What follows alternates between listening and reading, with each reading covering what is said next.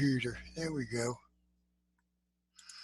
Why, hello everyone. This is Lee Debevoise with you today from Learning All About Coins Together.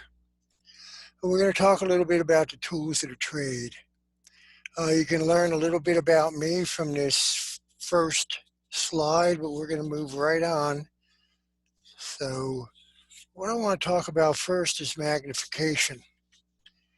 When you're collecting coins, and you get to be 71 like me, your eyes get mature and you're not going to be able to see the coins, the dates, even the mint mark on the cents and the dimes and some of the smaller ones.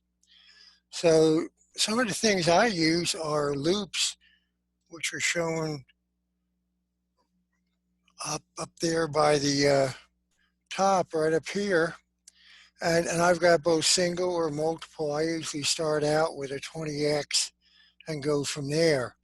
But what I really like is the jeweler headset that I have that enables me to put that on. It actually has two LED lights on it. It has a regular magnification here and a high magnification there. And it allows me to see everything that I possibly need. As a collector of errors, I find this to be totally invaluable. And it's also excellent for checking out counterfeits. Now, what we have too, another one of the tools of the trade,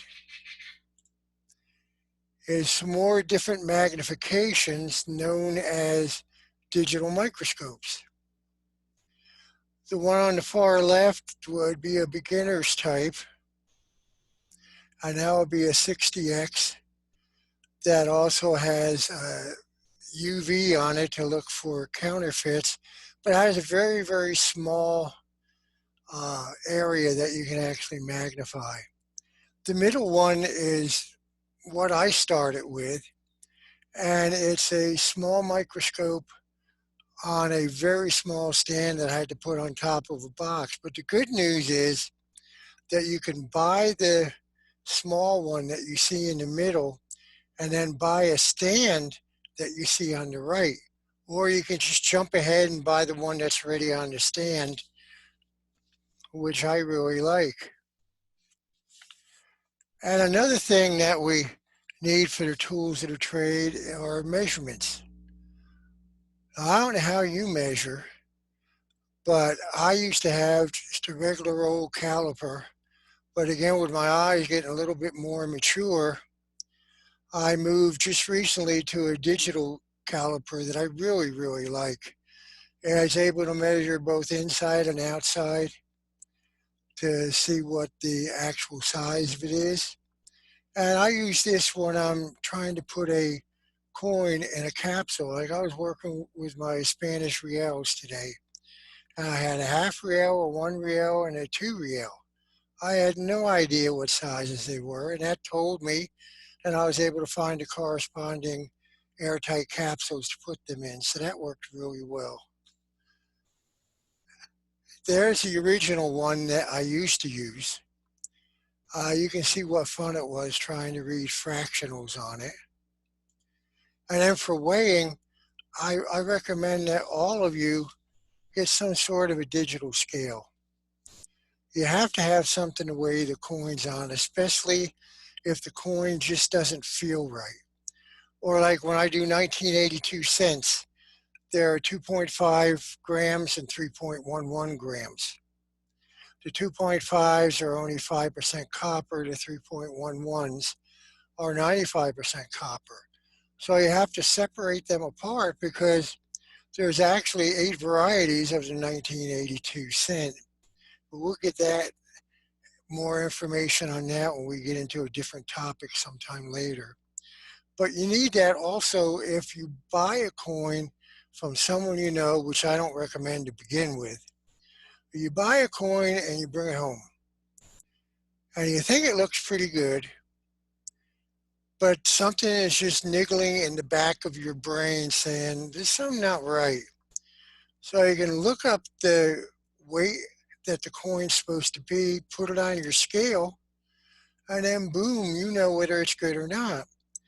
And I also use this when I'm selling valuable coins or when I'm selling bagfuls of wheat cents to show people how much they're actually getting. Because for me to say it's one thing, and I'm as honest as I can possibly be, but who am I to say that somebody should just believe what I'm saying? But anyway, those are some of your basic tools that you need to get into.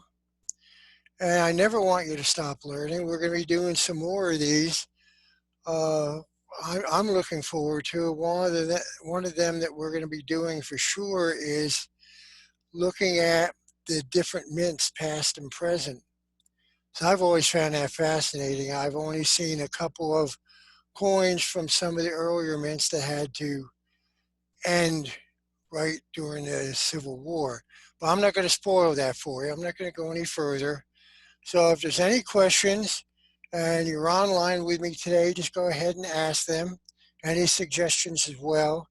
And if you aren't online, then just go ahead and drop me a PM when you look at this. Any questions out there? Yeah, I got a few. So what magnification do you typically use to look at your coins? I usually use a 20. Okay. That and a loop, and that gives you a broad base, and then I'll jump up to a 40 or a 60 because I have a multiple loop that does 20, 40, and 60. But I start with the 20. And the full magnification on that jeweler's lamp is somewhere between 40 and 60. Right. Well, I was only asking one. I think I use the 5x most, and I don't know if that's just vision or what, but really, I'm just kind of surface checking most of the time. But I get what you're doing. You're looking more for errors and stuff like that, so Right. you need the higher mag. Um, Go ahead. There's one other tool that I use that I didn't show on here because I don't even know whether it's still available. It's actually a 9 by 12 magnification glass put on four legs Oh, cool. that you can actually do sorting, Yeah. and you can also put on a jeweler's loop and use that as well and actually key in on some of the coins. But I like to use that when I'm going through cherry picking a roll, and then I'll put those on the side that look good and that I want to investigate some more. I saw someone at a show doing it one time. He had a stereoscope that was on his computer, and what Hmm. he was doing is he was just searching through his stereoscope, right? And basically, he was just looking at the computer screen. Wasn't even looking down at anything else. He was just checking out his computer screen. He had it blown up perfectly. He had already had it set up right. I was like, that is incredible. Like I used to get tired. You know how when you going through a bag of wheats or whatever, and Yes. you're literally bent over it. Like I was telling you before, I've gone through several bags, and by the time you get done with even the first 10,000, you're like, oh Hmm. my god, you needed a break, right? Well, if you're going through several and you're bent over, you're hunched over, your neck's bent over, it's so much better if you can sit straight up and look at the TV screen or your monitor, looking at your coins. So, I, That's I that's I that. agree completely. Go ahead. When I started, I mean, I'm just going on 40, and I had 20/20 vision before I started collecting. And one of the first tools that I had to get was a pair of reading glasses. there you Yep. go. One of the questions I have for you is, what type of price would I be looking at if I wanted something like the jeweler headpiece, the one that you actually wear as glasses?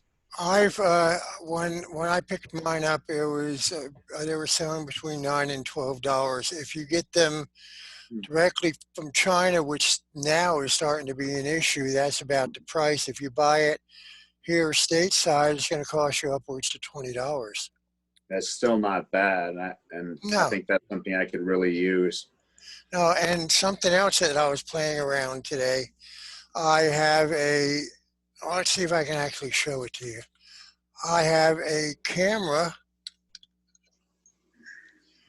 Oh that yeah. is actually on a stand, has its own separate microphone, and you do the focusing right on the lens itself. But I've got to get it installed on my computer, and naturally, I'm not going to be using the actual microphone. And what it has on the bottom is a actual suction Suction. I like it. cup on it, and this ran like, I don't know, around $10 was all it was, and it's the For the stand yes for the whole thing with a camera? with the camera, and it's a yeah, it's a 500. I believe it's either million. Well, it's 500 million pixels on it.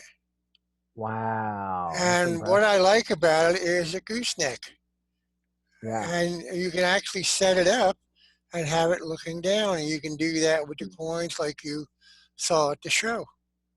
right. Well, so Yeah, you I see love the one I modern have in front of me. technology and So one of you what's go ahead. available now through modern technology. Yes. Um, Things that were so expensive before are so affordable now. Oh yes. Oh Right. yes. Any other questions or suggestions? Well, the only other one I was thinking about when you were doing magnification, I was going to stay on that one. Okay, go Um, ahead. do you know what the graders typically? Because I think they don't go but so far. Like you can get too nitpicky with a coin, and I've Yes. heard they really don't go past 20x. Yes. Is that true? Okay. That's what I'm aware of. I That's why I start off using a 20, and if I think I see something, I'll put it on the side. And then if I go through that group and I still think that I see something, then I get my digital microscope that's on the stand and zoom in on it and take a picture and move it over onto the computer. Because this way here, I can dig down a lot further than just doing 20. Because when I started, I just did 20. I just had a single loop. I'm not Right. gonna.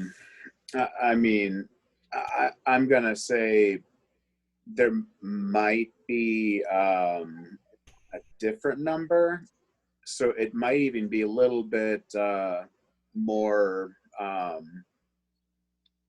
more forgiving than a 20x.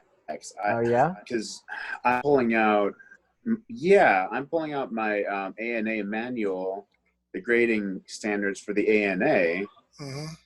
Under extensive magnification, 10 power or more, even the finest coin Yep. may show marks or imperfections. And that's what I thought was that if it could be a 70 if imperfections are not seen under a 10x loop. So I was thinking it was 10. It might be 20. So I'm not saying that I'm No, I definitely knew it was a right. lower number. Be It just more seems forgiving like, than 20. yeah, Yeah. I like that. I think that's even better for us as a collector.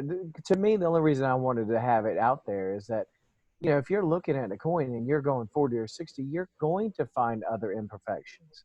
But Right. if you're worried about like grading, like if you wanted to ever submit a coin, then you don't have to go that far. Really, if you're going that far, you're doing it for other Yeah. reasons, like errors and things like that. Yeah. What I based For that on errors, like we, was the ANACS. Uh, I know the regional person for that, and he uses 20x, and he told me that that's pretty oh, much okay. an industry standard. So that's why I went with that. All right. Well, right. And I was going to say, you know, with the, um, when it comes to research, when you actually have hands-on experience and you know directly from an authority, mhm, uh, I think that's what we should be more inclined to believe. So 20x, I think you're probably I think that's what they probably use. Right.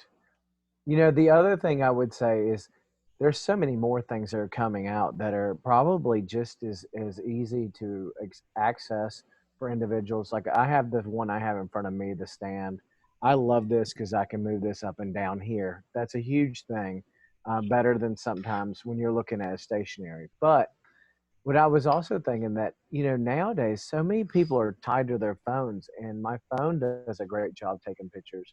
But Hmm. they have those little magnifiers now you can clip onto your phone Yep. and increase your magnification ability. So that's Yeah, it's another way to, you know, get I the do same that thing all we're the looking for. I do that all the time when I'm looking for errors. It takes an extremely steady hand. And when I get to an area of focus that's good enough, what I do is I do a photo bomb and get 20 or 30 pictures in rapid succession. And one or two of them will be clear enough that you can identify if it's machine doubling, double die, repunched mint mark, repunched date, or long acre doubling. Um, but it takes a photo bomb because when you have a 10x loop on your phone and it's zoomed all the way out to max, that's like 50x. So it takes a very steady hand. Hmm. That's why I love my digital microscope on the stand, because my stand goes up and down too, and it's adjustable, and I really like it. I use that as the last line of determination of what I think I have. And I like the 20x loop because that allows me, even on the dime and on the cents, to be able to see the mint mark, be able to see the date, be able to see all the writing, and I can get an idea if anything on there looks like any type of doubling or a double die or a BIE. You all know Yeah, what a BIE is, don't you? yeah. Liberty with a break in between the B and the E that Right. looks like an I. Yep. I have a question about spotting clean coins and determining between uncirculated and AU58. What types of tricks can you do with a loop to identify if it's high grade AU or uncirculated, and what types of things can you do to determine if there are hairlines that are cleaning versus hairlines that are just normal from contact with the bag?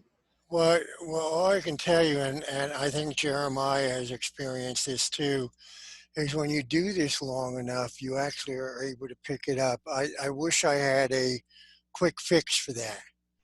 But Because it can be hidden. It's yeah. like, especially with the well, I'll tell you, I look at the fields. Hmm. And you can normally tell in there because the reason you have to look at the fields is it can be a bad strike. When Yes. you're talking AU58, I mean, yeah, there's going to be flat lines and maybe some hair or something like that. And you can typically look and see if it looks like it's wear, but there are such subtleties sometimes that it's really hard to tell whether it was just not struck well, and that's why that part is the way it is. Especially like on Morgans, you've seen like sometimes the breast feathers And the are done hair that above the way. ear. Exactly. So it's really hard. Yeah, for the hair. The big one for silver eagles are even done that way sometimes. If you look at walking liberties, Yes. the fingers and stuff like that, they'll be kind of together, not Yeah. split as well. So there's so many things that you look at. Well, in the strike itself, but then if you look at the fields, you're going to tell if there's too many marks. Hmm. And that should be the big key as far as that goes. But then you mentioned something else. What was the second part of the question? Well, I was gonna. I'll expand on that a little bit. So it's more of a break in the cartwheel effect when you look at the luster. If there's a break in the luster in the field, then you know that there's been some wear on that coin. Well, you got to remember, you don't even have to have full luster until you're at 65. Yeah, Anything below 65, there can be breaks in the luster. So I, you know, but yes, I would tend to agree with that. And yeah, typically, there are a lot of AU coins depending on which coin it is.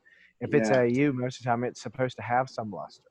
I've Um, And I've even seen where they have cleaned and polished an AU and like a 58, and you get a over luster in it. Yeah. It's just too bright. Well, And that The goes into other, something else. There are people who use MS-70, yes, especially on silver coins, and they know their sliders, and then they'll dot it with that. Into the hmm untrained person, they'll just see all this luster, and they're like, "Bam, that's all." So they see the luster, and they forget to look at the coin, that's right. and then it's automatic MS to them, and they're seeing all the yeah, luster, and they're like, "Ooh, maybe it's just a bad strike. It's a 64, 65, 66."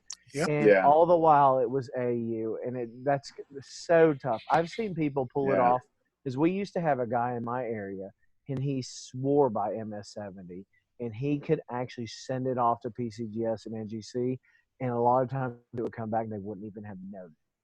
hmm So it's scary oh, how good that wow. gets at times. Yeah. But Yes. that's part of where So we were that just was, talking about how light of magnification they're looking at when they go to grade.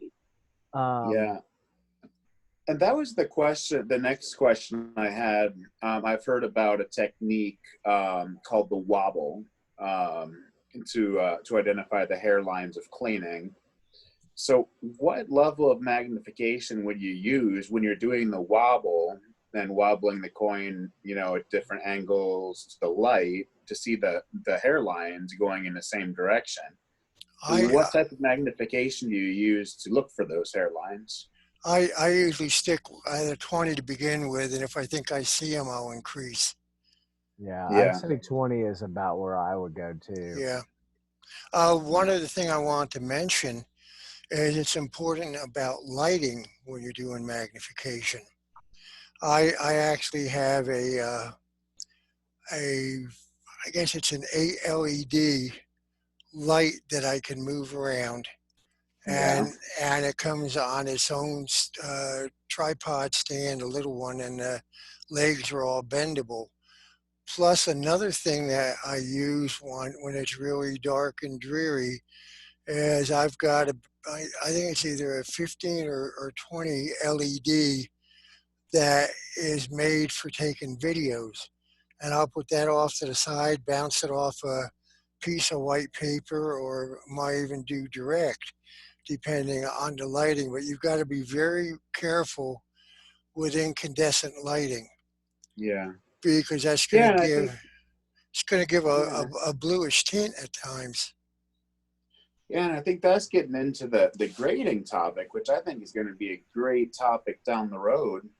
You know, to hear about the nuances of grading. I mean, Hmm I've learned a lot about just different tools of the trade, like the jeweler's eyepiece. That, you know, that's something that I want to get, and an external external microscope. That's hmm something that I like. I mean, yeah, this is some good information here. What else, gentlemen? That you've answered all the questions I had. Hmm.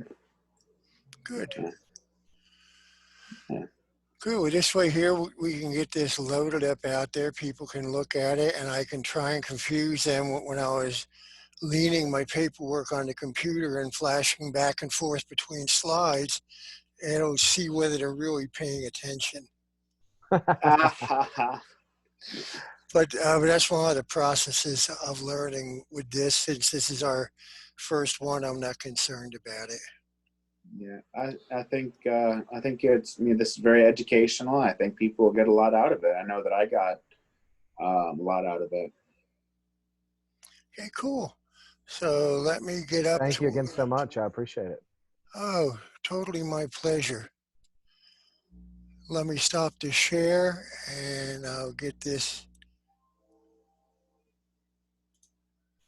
so it stops recording.